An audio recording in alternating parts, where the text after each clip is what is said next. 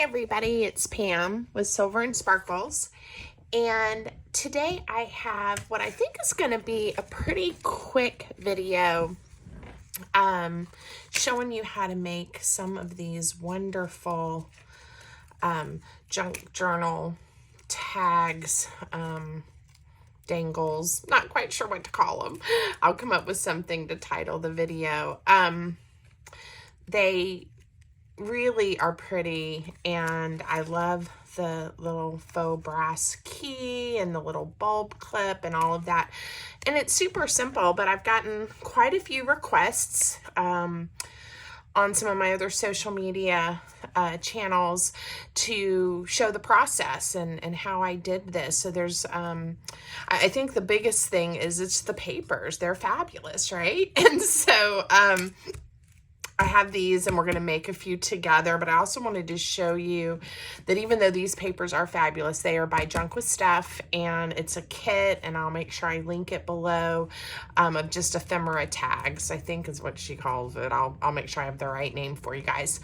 And there's just so many pretty, this is just a few of the pages that I cut out so we could make some together, but really pretty, floral and industrial, and the colors, and a little grungy, so great, right? And it really lent itself well to this. But then I also have some papers over here, and these are by Pixie Dust Files, and to just kind of show you that you don't have to have this paper kit to make something similar. And I don't have any papers to make some of these with you today, but again, it's the same idea, just different shaped tags, labels, pieces of paper. These I added a pop of color with a velvet ribbon on each one. And I think they're wonderful too. And this would go with a great journal that, you know, has birds and all these pretty vintage images and softer colors. And people say, well, what do you do with these? Well, one thing that would be fun is you could always pin it like to the spine of a journal. You could add it to another card, like a journal, a larger journaling tag or journaling card. I think these would be fun, just slipped inside different pockets and tuck spots within a journal for someone then to explore. And certainly, if you wanted to, you could take these individual pieces and then use them to embellish or decorate something else, right?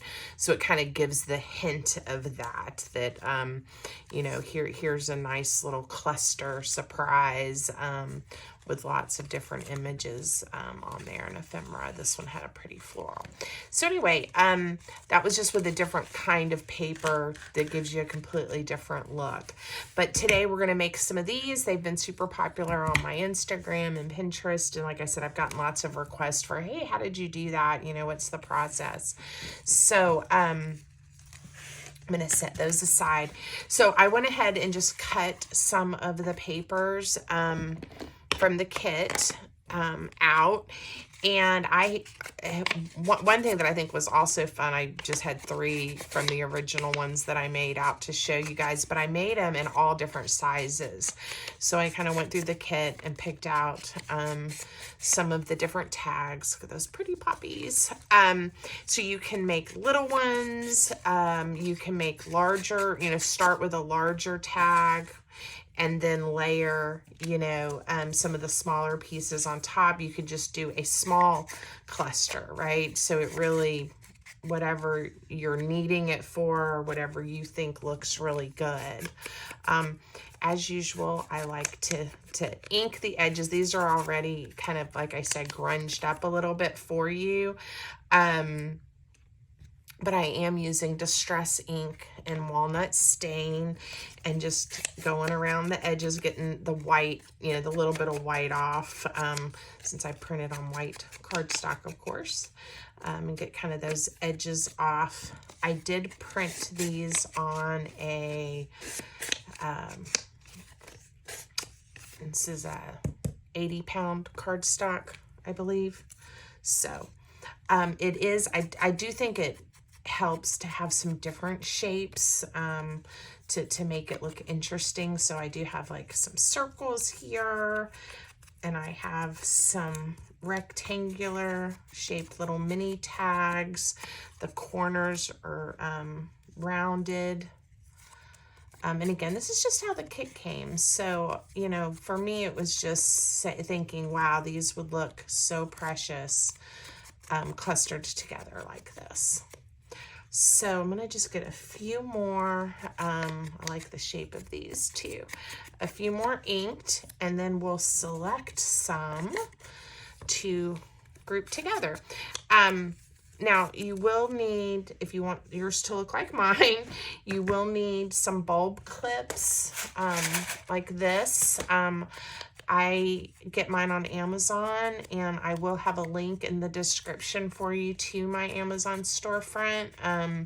I do get a tiny commission. I think I told you guys before I'd made a few pennies. I think now on my all-time I'm up to, I think, like $5. But again, you don't have to click on my link, but if you do and you end up making a purchase, I do get a few pennies. So, but you can go and see some of the supplies that I use, some of my favorites, those kinds of things. And I do have some of the bulb clips, and I do have linked also some of the little keys, and if you want to add a key, you'll need some of those. But again, the key is optional. I think it gives it that little bit of extra.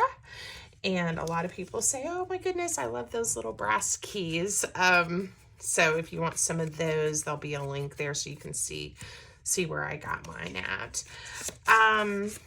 Okay, I'm not going to ink everything because we're only going to make a few. I am going to show you an option if you just want to make this more like a cluster and you don't have bulb clips or keys to add to it, and how you can attach it together. So I'll show you both. Okay, get just a couple more, and if I need another, we can ink it when I get ready to use it. Okay, just leave that there. Now you also need something if you're using the bulb pins to poke a hole. So get a paper piercer or a needle or something out to poke a hole with. I think it's better than punching a large hole like with a crocodile or something. You could, but I like just having a hole, you know, big enough for that bulb clip to go through, a bulb pin. Okay, so I'm just going to randomly pick one of these larger pieces, and what I normally do is then I just start looking to think what would look pretty layered with it, and I'm trying to use the ones that I've inked. As usual, I usually try to go with an odd number. I just think it looks better that way. Now you could consider, this covers that up too much. You could consider 1, 2, 3, 4, your key being the odd, which is what I did on these. So you've got like 4 little pieces of paper and a key. So we'll kind of stay with that theme. I'm going to pick a bulb pin to use, and then we'll select a key. Try not to spill these everywhere. I do want to show you guys, look at that little Easter bunny one. Isn't it cute? Okay, we're going to take that one. I like it. And then what I do is I just kind of group these now that I think I'm going to like this collection together. I group these so that they are all lined up together at the top, about where I want them. And then I'm going to punch a hole all the way through all 4 pieces at once so that it's lined up and the holes are in a, you know, in a place where it looks like this together. And then I'm just going to put the key through first because I want it dangling on the front, and then go through all 4 layers. And if it's not lined up, it's going to be hard to get it to go through. And let's see how we like it. See how simple that is? So really it is the papers. The papers make these look so special in my opinion. Let's make one that's a little bit smaller. I do like having the different lengths of paper. And again, they kind of twist and turn, and you can see the other pieces. We'll do that, and you know what? Let me pick one that's a little bit larger. And we'll do a circle on this one. So 1, 2, 3, 4, and another little circle. I actually think it would be better if I had some tinier circles, maybe. What do you guys think? Why don't we just see what we think about that? It would be nice too if it had a flower on it, but I don't want to punch up one of my big tags right now. So this kit, like I said, has so many neat images and options. This was just, I think, 3 pages from it. And I can't remember how large the kit is, but there's a lot of options. So there, I already poked my hole, but let me pick out a key. I think on this one, because it's a smaller one, we'll go with a key. You know what? Here's a little tiny one. I think that's sweet. All right, now, so we've made 2 using the bulb pens and the keys. There we go. That looks sweet. And again, if you want to add a piece of ribbon, all I did with that, this rust color would look pretty, is I just cut a length, and you can decide, you know, how long you want it.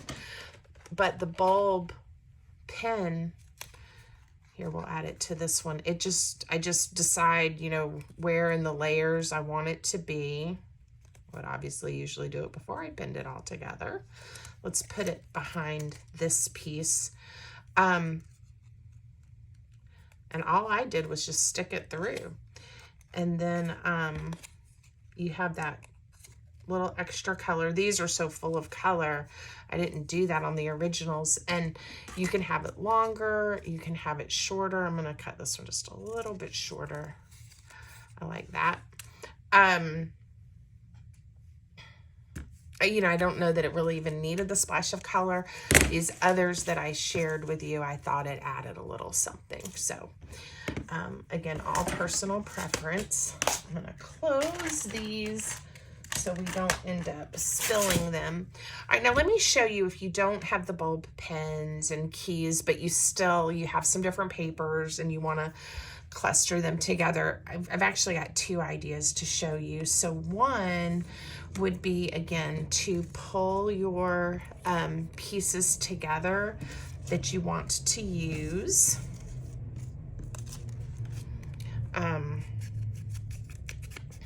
So we'll do those 3 and one of these flowers. Now, since I don't have something else, maybe we should have a 5th, right? So that we have that odd number. I didn't go to school for design or art or anything, but somewhere at some point I read our eyes aesthetically like things in odd numbers. And I don't know if that's true or not, but I know I tend to like things in odd numbers. So, all right, so on this one, I'm going to poke the hole like I did with the others all the way through. And then I am going to grab a needle, and I'm using one of my larger needles that I use to bind journals with, because I'm going to put a piece of twine through it. And I guess we could have you know, punched a larger hole and you wouldn't need a needle, because it would then go right through. But oops, I think I got off on my hole, but that's all right. All right, I'm just gonna pull the twine through like this, and then I still have a tiny hole, which I kind of like. And you can decide how you want to tie your twine or your thread. You could do ribbon, whatever you can make work. So again, a little different look. If you don't have those bulb clips, but you have a key, you could have tied a key on. But to just show you, you can still make something that looks really cool, and has that little bit of dangle and movement, even if you don't have all of the supplies. Now, the other idea I had, it's not going to give you that movement necessarily. Let me put my needle up. This is one of my favorite needles. I don't want to lose it. you know it's funny when you have a favorite needle, right? Okay. Let's do a smaller one again. I'm kind of starting to run out of some of my pieces, but that's okay. We'll still make a cute one. All right, so I've got this piece, and I've got this piece. Let's see. And I keep picking ones I haven't inked, even though I sat here and inked a whole bunch of them. So these are all kind of numbered, so kind of starting to look the same. Maybe we'll use this one. It at least has a few letters on it. And again, it would help if I had a smaller circle. I am going to punch out a few a tinier circle using one of the larger floral circles, because I like having a flower on here, since everything I've picked is pretty industrial looking. And for this one, I think I will pick a little piece of ribbon. Maybe we'll do the black ribbon. Actually, this is a super dark green, not black, but I'm gonna put it next to that piece. And you might have already guessed what I'm about to do. I am making this one more just like one of my traditional kind of clusters that I staple together. And like I said, you're not going to get the same movement, but it still looks really sweet. And if I'd had a longer tag, it might have looked even cuter. Maybe one this size, right? But again, if you don't have all the supplies, but you have some neat papers and you want to cluster them together, you could always staple them. So let me do one with a little bit larger piece to kind of show you, because I think this could look better. Yeah, if we did that, and let me get a piece of green velvet. I think that would look pretty. All right, so the little one's fine, but this one gives you a little more complex. I don't know, is complex the right word? A little more going on with those poppies there. So no bulb clips, right? No keys. This one was no bulb clip, but a piece of twine that we threaded through. And then these are the originals, and I love them, and I'm really happy with how they turned out. So I hope this gives you just some inspiration. It's super simple, but you do need a few supplies. And I hope you enjoy it. And if you make some, let me know. Drop me a comment. Let me know. If you haven't already, please like the video, subscribe to my channel, so you get notified whenever I have new videos that drop. So I hope you guys are having a great crafty Monday. See you next time.